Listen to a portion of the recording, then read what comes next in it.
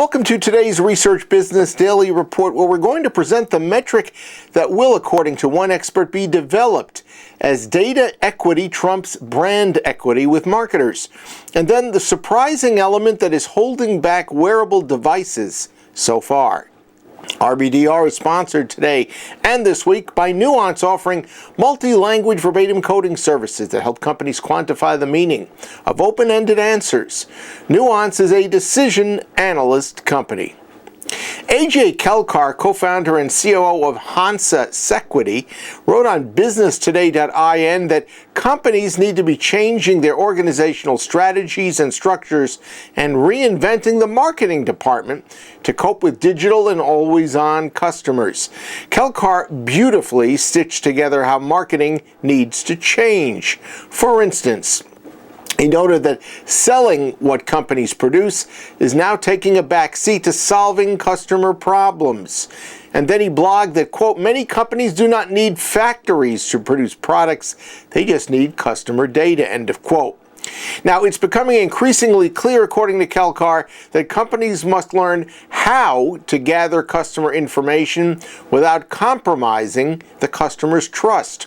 And he said that only companies that are great at disruption seem to truly belong to what he calls the category of obsessively customer-focused.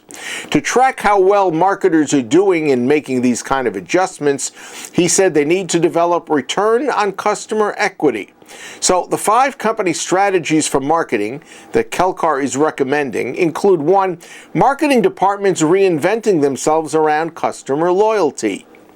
2, institution of a chief customer officer. Now that is a role that can be played by the current CMO or CCO. Number 3, become more customer accessible and respond much more quickly to customers' needs. Number 4, make every customer interaction relevant through the use of information that you've got. And 5, think strategically about the cultural changes that your organization needs to incorporate when it comes to dealing with customers. Moving on, inevitable, I think, is perhaps the most appropriate word to describe the long-term outlook for wearable device technology. But so far, research is saying that there is one particularly prominent obstacle that is currently slowing that process.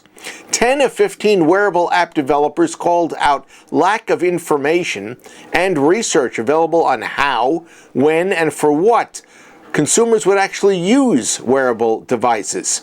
A Clutch study reveals what we all sort of understand, that there seems to be a predominance of gut conjecture and little fact-based decision-making going on when it comes to wearable technology companies. Perhaps the best example we all know about is Google, which admitted straight out that it had no idea where Google Glass might fit with consumers, but it nonetheless strategically placed it in the marketplace a couple of years ago and watched to see what would happen.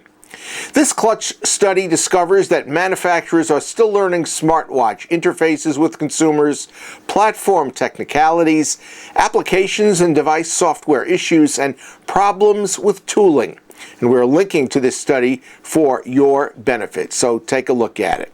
That's your Research Business Daily Report. We've been sponsored by Nuance, offering multi-language verbatim coding services that help quantify the meaning of open-ended answers. Nuance is a decision analyst company, and of course they'd like you to be able to quickly find out more about their service. So a link has been created. It is www.nuancecoding.com. Check it out. Have a great research day, and we will see you back here tomorrow.